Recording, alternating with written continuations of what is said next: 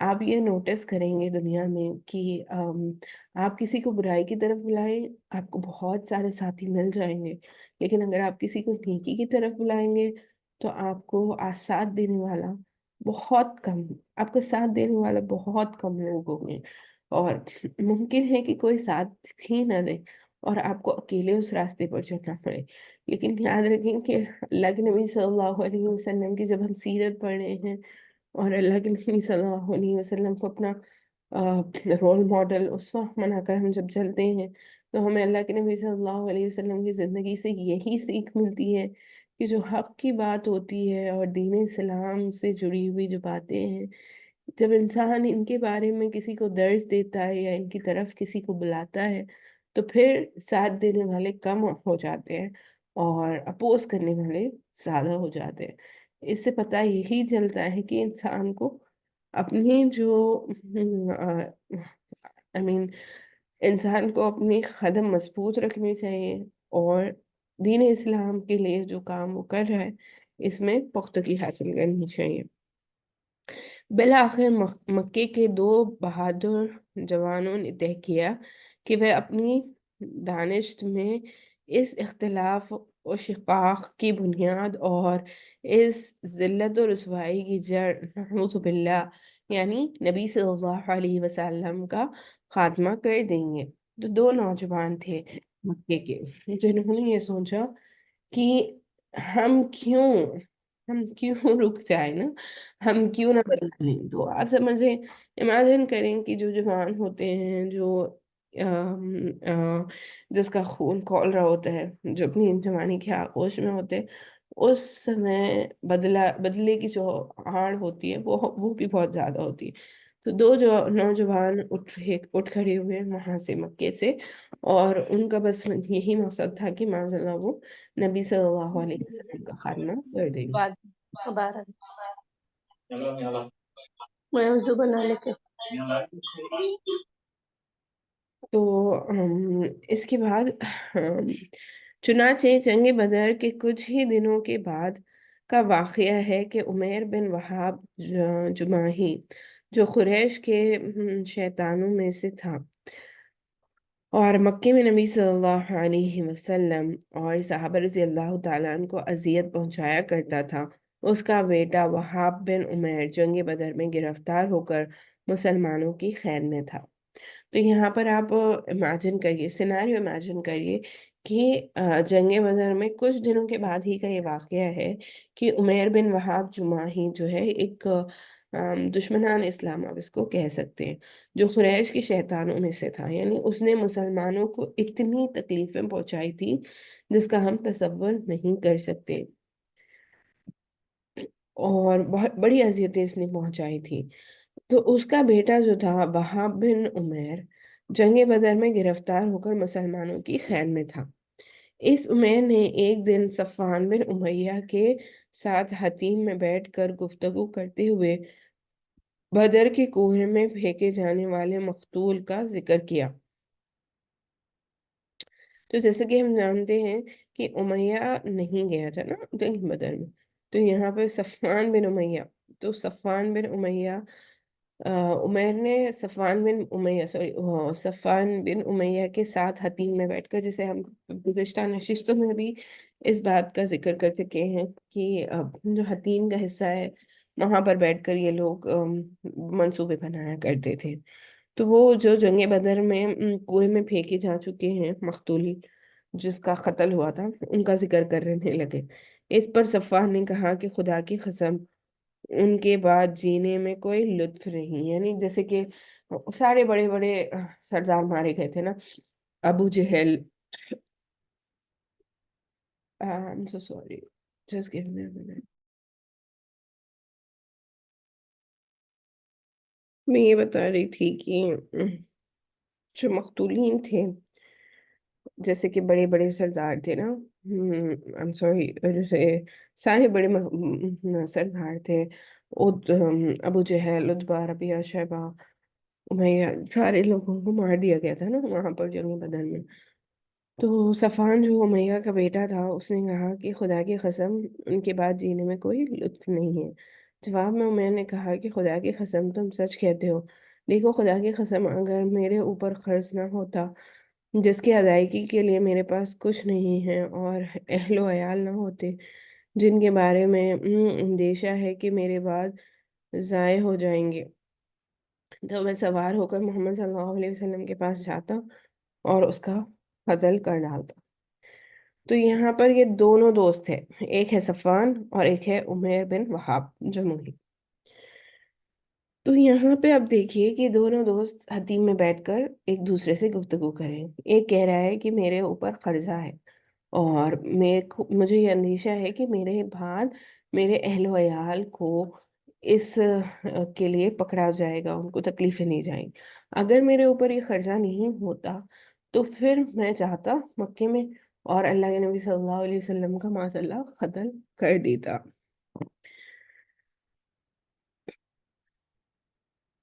کیونکہ میرے لیے وہاں جانے کی ایک وجہ موجود ہے، میرا بیٹا ان کے یہاں قید ہے۔ تو اس کے پاس ایک وجہ، سب سے بڑی وجہ تو اس کی جانے کی یہ بھی تھی کہ اس کا بیٹا وہاں پر قید تھا نا، جنگ بدر کے قیدیوں میں۔ تو صفوان نے اس صورتحال کو غنیمت سمجھتے ہوئے کہا، تو صفوان جو کہ بڑا رئیس امیر مالدار سردار کا بیٹا نا، تو اس نے کیا کہا، اچھا چلو تمہارا قرض میرے ذمہ ہے، میں اسے تمہاری جانب سے ادا کر دوں گا، اور تمہارے اہل عیال میرے اہل عیال ہیں، جب تک وہ موجود رہیں گے میں ان کی دیکھ بھال کرتا رہوں گا، ایسا نہیں ہو سکتا کہ میرے پاس کوئی چیز موجود ہو اور ان کو نہ ملے۔ تو اس نے ان کی کفالت لینے، ان کی ساری ضروریات کو پورا کرنے اور اس کا قرضہ بھی ادھار دینے کا اس سے وعدہ کیا۔ عمیر نے کہا، اچھا تو اب میرے اور اپنے اس معاملے کو صیغہ راز میں رکھنا، یعنی ہم دونوں کے علاوہ اس بات کا ذکر کسی سے بھی نہ کرنا، کسی کو بھی اس بات کے بارے میں معلوم نہیں ہونا چاہیے۔ تو صفوان نے کہا کہ ٹھیک ہے میں ایسا ہی کروں گا۔ اس کے بعد عمیر جو تھے انہوں نے اپنی تلوار پر سان سان رکھائی اور زہر آلود کرائی، یعنی سان آرائی کا مطلب یہ ہے کہ پہلے زمانے میں جنگوں میں کیا کیا جاتا تھا کہ جو تلوار ہوتی ہے نا اس کو کوئلوں پر گرم آگ پر سیکا جاتا تھا، یعنی کہ وہ پوری ریڈ کلر کی ہو جاتی تھی۔ جو آپ کی تلوار کا جو میٹل پارٹ ہے نا اس کو آپ امیجن کریں کہ وہ گرمی کی وجہ سے ریڈ ہاٹ ہو جائے، اور پھر اس پر زہر لگایا جائے، اور اس کو ٹھنڈا جب کیا جاتا ہے زہر میں، تو وہ آپ سمجھیں اس کا بس ایک وار ہی جب لگتا ہے تو انسان وہاں پر فوت ہو جاتا ہے۔ تو اس طریقے سے تلواروں کو اور بھی خطرناک کرنے کے لیے یہ پروسیس کیا جاتا تھا کہ اس کو بے انتہا گرم کیا جائے، اور وہ ریڈ ہاٹ جب ہو جائے تو اس کو ٹھنڈا کیا جائے زہر میں، بہت ہی دردناک زہر میں۔ تو اس طریقے سے اس نے اپنی تلوار کے ساتھ کیا، پھر روانہ ہوا اور مدینے پہنچا۔ لیکن ابھی وہ مسجد کے دروازے پر اپنی اونٹ بٹھا ہی رہا تھا کہ حضرت عمر بن خطاب رضی اللہ تعالیٰ عنہ کی نگاہ اس پر پڑ گئی۔ سو وہ ابھی اندر نہیں گیا تھا، باہر ہی تھا، تو اس کے اوپر کس کی نظر پڑ گئی؟ حضرت عمر فاروق رضی اللہ تعالیٰ عنہ کی نظر پڑ گئی۔ تو وہ مسلمانوں کی ایک جماعت کے درمیان جنگ بدر میں اللہ کے عطا کردہ اعزاز و اکرام کے متعلق باتیں کر رہے تھے۔ انہوں نے دیکھتے ہی کہا، یہ کتا یعنی اللہ کا دشمن عمیر کسی برے ہی ارادے سے یہاں آیا ہے۔ پھر انہوں نے نبی صلی اللہ علیہ وسلم کی خدمت میں حاضر ہو کر عرض کیا، اے اللہ کے نبی صلی اللہ علیہ وسلم، یہ اللہ کا دشمن اپنی تلوار حمل کیے آیا ہے۔ آپ صلی اللہ علیہ وسلم نے فرمایا، اسے میرے پاس لے آؤ۔ تو جب مسلمانوں نے دیکھا کہ یہ تو دشمنان اسلام ہے، یہ مدینے میں آیا، تو ضرور اس کا مدینے میں آنے کا مقصد کسی نہ کسی طریقے سے مسلمانوں کو تکلیف پہنچانا ہی ہو سکتا ہے، اس کے علاوہ اس کا کچھ اور مقصد تو نہیں ہوگا۔ اس کے بعد ہوا یہ کہ جب انہوں نے اس بات کا ذکر اللہ کے نبی صلی اللہ علیہ وسلم کے سامنے کیا تو اللہ کے نبی صلی اللہ علیہ وسلم نے اسے اپنے سامنے پیش کرنے کے لیے کہا۔ عمیر آیا تو عمیر آیا تو حضرت عمر رضی اللہ تعالیٰ نے اس کی تلوار کے پرتلے کو اس کے گلے کے پاس پکڑ لیا اور انصار کے چند افراد سے کہا کہ تم لوگ رسول اللہ صلی اللہ علیہ وسلم کے پاس جاؤ اور وہیں بیٹھ جاؤ، اور آپ صلی اللہ علیہ وسلم کے خلاف اس خبیث کے خطرے سے چوکنا رہو، کیونکہ یہ قبیلے اطمینان قابل اطمینان نہیں ہے۔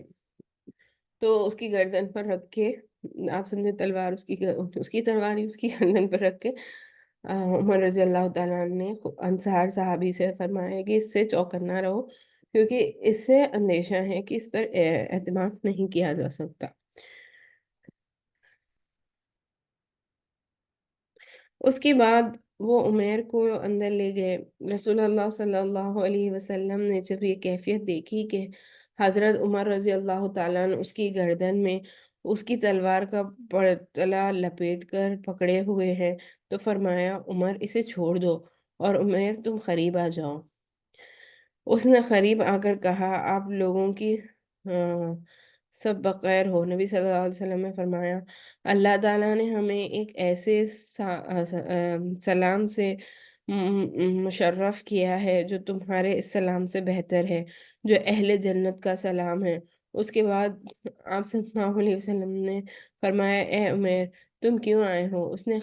کہا یہ قیدی جو آپ لوگوں کے قبضے میں ہے اسی کے لیے آئے ہوں، آپ لوگ اس کے بارے میں احسان فرما دیجئے۔ یعنی اس کا بیٹا یہاں پر آلریڈی قید تھا نا، تو اس نے یہ بہانہ بنایا کہ میں اس وجہ سے آیا ہوں کہ میں آ، ان قیدیوں کے بارے میں آپ ان کو چھوڑ دیجئے، گویا اس طریقے سے وہ کہنے لگا۔ تو آپ صلی اللہ علیہ وسلم نے فرمایا پھر یہ تمہاری گردن میں تلوار کیوں ہے؟ اس نے کہا اللہ ان تلواروں کا برا کرے کہ یہ ہمارے کچھ کام نہ آ سکی۔ آپ صلی اللہ علیہ وسلم نے فرمایا سچ سچ بتاؤ کیوں آئے ہوں؟ اس نے کہا بس صرف اسی قیدی کے لیے آیا ہوں۔ آپ صلی اللہ علیہ وسلم نے فرمایا نہیں، بلکہ تم اور صفوان بن امیہ حتیم میں بیٹھے اور قریش کے جو مقتولین کنویں میں پھینکے گئے ہیں ان کا تذکرہ کیا۔ پھر تم نے کہا اگر مجھ پر خرچ نہ ہوتا اور میرے اہل و عیال نہ ہوتے تو میں یہاں سے جاتا اور محمد صلی اللہ علیہ وسلم کو قتل کر دیتا۔ اس پر صفوان نے تمہارے خرچ اور اہل و عیال کی ذمہ داری لی بشرطے کہ تم مجھے قتل کر دو، لیکن یاد رکھو کہ اللہ میرے اور تمہارے درمیان حائل ہے۔ جب اللہ کے نبی صلی اللہ علیہ وسلم کو اللہ نے ان ساری باتوں سے آگاہ کر دیا جو یہ حتیم میں بیٹھ کر کر رہے تھے، اور اللہ کے نبی صلی اللہ علیہ وسلم نے ان ساری باتوں کے بارے میں عمیر کو بتایا، جبکہ وہاں پر وہ موجود ہی نہیں تھے اور صرف ان دونوں کے علاوہ اس کے بارے میں قریش کے لوگوں کو بھی نہیں پتا تھا، تو عمیر نے کہا کہ میں گواہی دیتا ہوں کہ آپ صلی اللہ علیہ وسلم اللہ کے رسول ہیں۔ اے اللہ کے رسول صلی اللہ علیہ وسلم، آپ صلی اللہ علیہ وسلم ہمارے پاس آسمان کی جو خبریں لاتے ہو اور آپ صلی اللہ علیہ وسلم پر جو وحی نازل ہوتی ہیں اسے ہم جھٹلا دیا کرتے تھے، لیکن یہ تو ایسا معاملہ ہے جس میں میرے اور صفوان کے سوا کوئی موجود ہی نہیں تھا۔ تو یہ کہنے لگا کہ آپ جب پہلے ہمارے سامنے وہی پیش کرتے اور جو بھی باتیں آپ کرتے اس کو ہم جھٹلا دیا کرتے تھے، لیکن اس بات میں تو سچائی ہی سچائی ہے کیونکہ میرے اور صفوان کے علاوہ وہاں کوئی موجود ہی نہیں تھا۔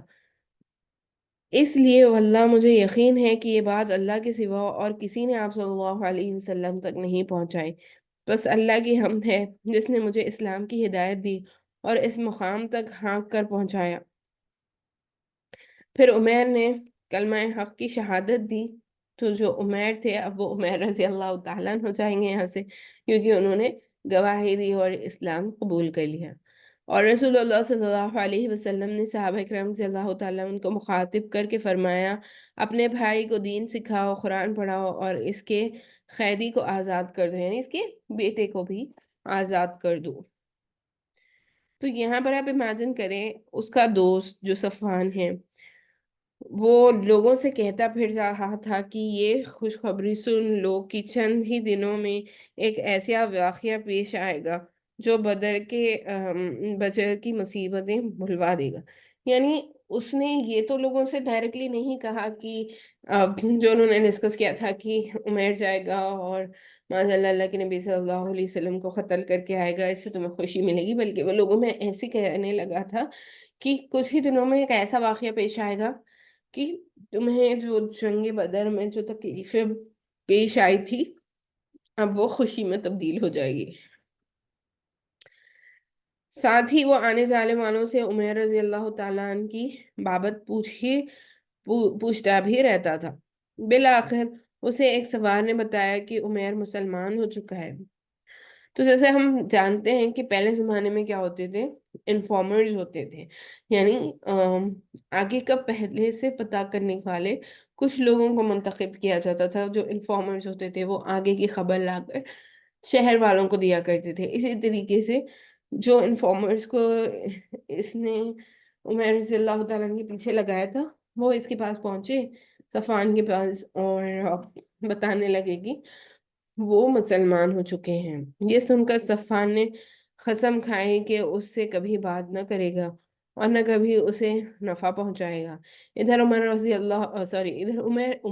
اللہ تعالیٰ عنہ نے اسلام سیکھ کر مکے کی راہ لی اور وہیں مقیم رہ کر اسلام کی دعوت دینی شروع کی۔ ان کے ہاتھ پر بہت سے لوگ مسلمان ہوئے۔ تو یہ دوسرا اہم تھا واقعہ جو جنگ بدر کے بعد پیش آیا، جس میں عمیر رضی اللہ تعالیٰ نے اسلام لانے کا واقعہ پیش آیا۔ تیسری اہم چیز جو ہوئی تھی وہ یہ کہ غزوہ بنی قینقاع، جسے ہم جانتے ہیں کہ مکے سے جب مدینہ ہجرت کر کے مسلمان آئے ہیں تو مدینے میں بنو قینقاع، بنو قریظہ، یہ دو بڑے قبیلے تھے۔ تو رسول اللہ صلی اللہ علیہ وسلم نے مدینہ تشریف لانے کے بعد یہود کے ساتھ جو معاہدہ فرمایا تھا اس کی دفعات پچھلے صفحات میں ذکر آ چکی ہے۔ رسول اللہ صلی اللہ علیہ وسلم کی پوری کوشش اور خواہش تھی کہ اس معاہدے میں جو کچھ طے پائے گئی ہے وہ نافذ رہے، یعنی جو رولز اینڈ ریگولیشن ہم پیچھے ڈسکس کر چکے ہیں جو یہود کے ساتھ ہوئے تھے اس کو ان پلیس اور انیکٹ ہو، مسلمان اس کو فالو کریں اور یہود بھی اس کو فالو کریں۔ چنانچہ مسلمانوں کی طرف سے کوئی ایسا قدم نہیں اٹھایا گیا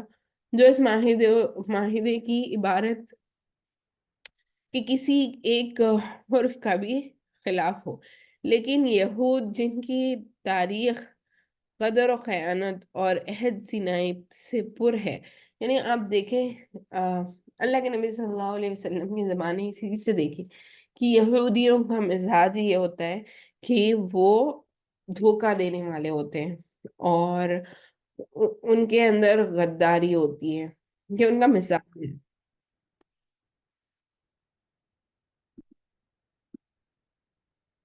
لیکن یہود جن کی تاریخ غدر و خیانت اور عہد شکنی سے پر ہے، وہ بہت جلد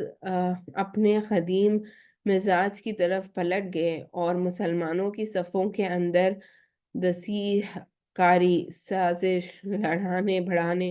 اور ہنگامے اور اضطراب برپا کرنے کی کوشش شروع کرنے لگے ہاتھوں ایک مثال بھی سنتے چلی۔ تو یعنی یہودیوں نے کیا کیا، جو رولز اینڈ ریگولیشنز ان کو بنائی گئی تھی ان کے لیے، اللہ کے نبی صلی اللہ علیہ وسلم نے جو رولز اینڈ ریگولیشنز بنائے تھے ان تمام کو انہوں نے توڑا۔ اور اس کے ساتھ ہی ساتھ مسلمانوں کے اندر آپس میں یہ ہمیشہ یاد رکھیں کہ یہودیوں کا یہ مزاج ہوتا ہے کہ وہ ڈائریکٹلی کچھ بھی نہیں کرتے، دیکھ کر نہیں آتا ہے، لیکن وہ کرتے کیا ہے، وہ ہمیشہ مسلمان کو مسلمان سے لڑائیں گے، یا پھر انٹرنل کانفلکٹس پیدا کریں گے، یا پھر وہ یہ کریں گے کہ آپ کو ایک پارٹی یا ایک گروہ یا ایک انسان کو دوسرے کے اگینسٹ بھڑکائیں گے تاکہ وہ آپس میں ہی لڑنے لگے اور آپس میں اختلاف ان کے آ جائے۔ تو یہود کی آرائی کا ایک نمونہ، یعنی ہم ایک واقعہ سنتے چلیں گے۔ ابن اسحاق کا بیان ہے کہ ایک بوڑھا یہودی شاس بن قیس جو قبر میں پاؤں لٹکائے ہوئے تھا، یعنی بہت بوڑھا ہوا تھا، آلموسٹ مرنے کی کگار پر تھا، بڑا زبردست کافر تھا اور مسلمانوں سے سخت عداوت و حسد رکھتا تھا۔ تو ایک بار صحابہ کرام سے اللہ تعالیٰ کی ایک مجلس کے پاس سے گزرا، جس میں اوس اور خزرج دونوں ہی قبیلے کے لوگ بیٹھے باہم گفتگو کر رہے تھے۔ جیسے میں نے آپ کو بتایا، اوس اور خزرج دو میجر قبیلے ہیں، جن میں پہلے اللہ کے نبی صلی اللہ علیہ وسلم کے آنے سے پہلے جنگیں بھی ہوتی تھی، آپس میں لڑائیاں بھی ہوتی تھی۔ تو یہ دیکھ کر کہ اب ان کے اندر جاہلیت کی باہمی عداوت کی جگہ اسلام کی الفت و اجتماعیت نے لے لی ہے، اور ان کی پرانی رنجشوں کا خاتمہ ہو گیا ہے، سخت رنج ہوا۔ کہنے لگا، اوہ اس دیار میں بنو قینقاع کے اشراف متحد ہو گئے ہیں، باخدا ان اشراف کے اتحاد کے بعد تو ہمارا یہاں گزر نہیں۔ یعنی اب یہ پہلے کیا کرتے تھے، ایک دوسرے کو لڑاتے تھے، اوس اور خزرج کو، اور لڑا کر فائدہ یہ اٹھاتے تھے، یہودی اٹھاتے۔ تو اب یہ وہی کہنے لگا کہ اب ان دونوں میں ایک دوسرے سے اختلاف ہی باقی نہیں رہا، تو ہمارے لیے بینیفٹ ہی نہیں ہے، یعنی ہمارا یہاں پر رہنا اب مشکل ہے۔ چنانچہ اس نے ایک نوجوان یہودی کو جو اس کے ساتھ تھا حکم دیا کہ ان کی مجلس میں جائے اور ان کے ساتھ بیٹھ کر پھر جنگ بعاث اور اس کے پہلے کے حالات کا ذکر کرے، اور اس سلسلے میں دونوں جانب سے جو اشعار کہے گئے ہیں کچھ ان میں سے سنے۔ اس یہودی نے ایسے ہی کیا۔ اس کے نتیجے میں اوس اور خزرج میں میں شروع ہو گئی۔ لوگ جھگڑنے لگے اور ایک دوسرے پر فخر جتانے لگے، حتیٰ کہ دونوں قبیلے کے ایک ایک آدمی نے گھٹنوں کے بل بیٹھ کر رد و خد شروع کر دی۔ پھر ایک نے اپنے مد مقابل سے کہا، اگر چاہو تو ہم اس جنگ کو پھر جوان کر کے پلٹا دیں۔ مقصد یہ تھا کہ ہم اس باہمی جنگ کے لیے پھر تیار ہیں، اور اس سے پہلے لڑائی لڑی جا چکی ہے۔ اس پر دونوں فریقین کو تو آ گیا اور بولے، چلو ہم تیار ہیں، ہررا میں مقابلہ ہوگا، ہتھیار ہتھیار۔ لوگ ہتھیار لے کر ہررا کی طرف نکل پڑے۔ قریب تھا کہ خون ریز جنگ ہو جاتی، لیکن رسول اللہ صلی اللہ علیہ وسلم کو اس کی خبر ہو گئی۔ آپ صلی اللہ علیہ وسلم نے اپنے مہاجرین صحابہ رضی اللہ تعالیٰ عنہ کو ہمراہ لے کر جھٹ ان کے پاس جا پہنچے اور فرمایا، اے مسلمانوں کی جماعت، اللہ اللہ کیا میرے رہتے ہوئے جاہلیت کی پکار، اور وہ بھی اس کے بعد کہ اللہ تمہیں اسلام کی ہدایت سے سرفراز فرما چکا ہے، اس کے ذریعے تم سے جاہلیت کا معاملہ کاٹ کر تمہیں کفر سے نجات دے کر تمہارے دلوں کو آپس میں جوڑ چکا ہے۔ آپ صلی اللہ علیہ وسلم کی نصیحت سن کر صحابہ کو احساس ہوا کہ ان کی حرکت شیطان کا ایک جھٹکا اور دشمن کی ایک چال تھی۔ تو اوس اور خزرج کے جو صحابی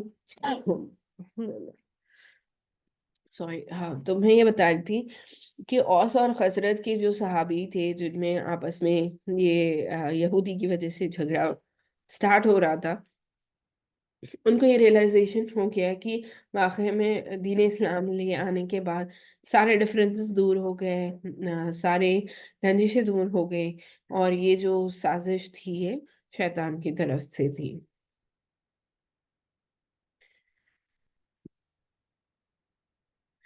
چنانچہ وہ رونے لگے اور اوس اور خزرج کے لوگ ایک دوسرے سے گلے ملے۔ پھر رسول اللہ صلی اللہ علیہ وسلم کے ساتھ اطاعت شعار و فرمان بردار بن کر اس حالت میں واپس آئے کہ اللہ نے ان کے دشمن شاش بن خیس کی عیاری کی آنکھ بجھا دی تھی۔ جو یہودی نے ان کے دلوں میں آنکھ بھڑکائی تھی، اللہ کے نبی صلی اللہ علیہ وسلم کے سمجھانے اور ان کو درس دینے کے بعد اس آنکھ کو اللہ نے بجھا دی تھی۔ یہ ایک نمونہ ان ہنگاموں اور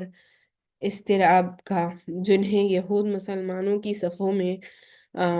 بپا کرنے کی کوشش کرتے رہتے تھے، اور یہ ہے ایک مثال اس رورے کی جسے یہ یہود اسلامی دعوت کی راہ میں اٹکاتے رہتے تھے۔ اس کام کے لیے انہوں نے مختلف منصوبے بنا رکھے تھے، وہ جھوٹے پروپیگنڈا کرتے تھے، صبح مسلمان ہو کر شام کو پھر کافر ہو جاتے تھے،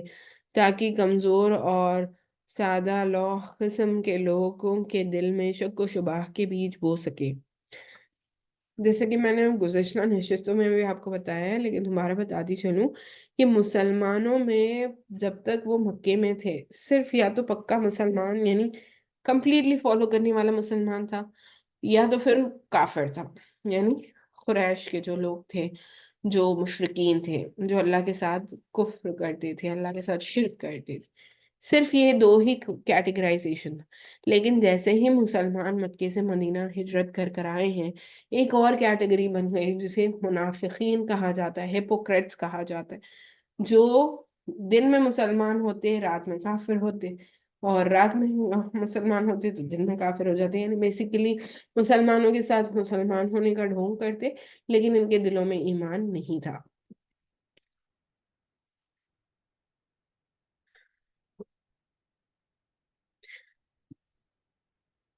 بیسیکلی ان کا ارادہ یہ تھا کہ مسلمانوں میں شک و شبہات جو ہے، شکوک و شبہات کو پیدا کر سکیں، اس کے بیج بو سکیں۔ کسی کے ساتھ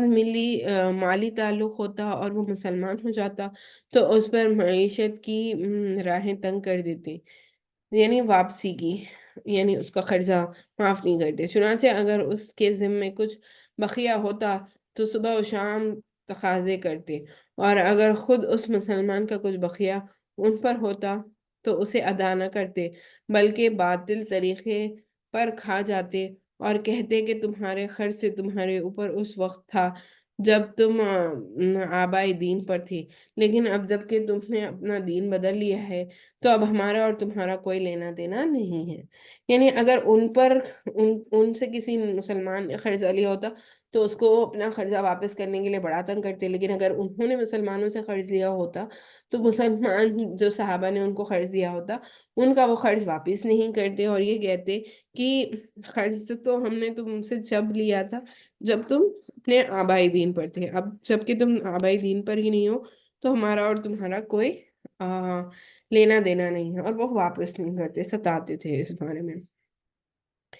واضح رہے کہ یہود نے یہ ساری حرکتیں بدر سے پہلے ہی شروع کر دی تھی، اور اس معاہدے کے برخلاف شروع کر دی تھی جو انہوں نے رسول اللہ صلی اللہ علیہ وسلم سے کر رکھا تھا، یعنی رولز بریک کرنا جنگ بدر سے پہلے ہی شروع ہو گیا تھا۔ ادھر رسول اللہ صلی اللہ علیہ وسلم اور صحابہ کرام رضی اللہ تعالیٰ عنہ کا یہ حال تھا کہ وہ ان یہود کی ہدایت یابی کی امید میں ان ساری باتوں پر صبر کرتے جا رہے تھے۔ اس کے علاوہ یہ بھی مطلوب تھا کہ اس علاقے میں امن و سلامتی کا ماحول برقرار رہے۔ تو مسلمانوں کا مزاج شروعات سے یہی ہوتا ہے، اور مسلمان ہمیشہ معاف کر دیتا ہے اور صبر کر لیتا ہے۔ تو یہی طریقے سے صحابہ کرام رضی اللہ تعالیٰ عنہم اجمعین نے بھی ان یہودیوں کی ان سازشوں کو پر صبر کیا اور ان کو معاف کرنے لگے۔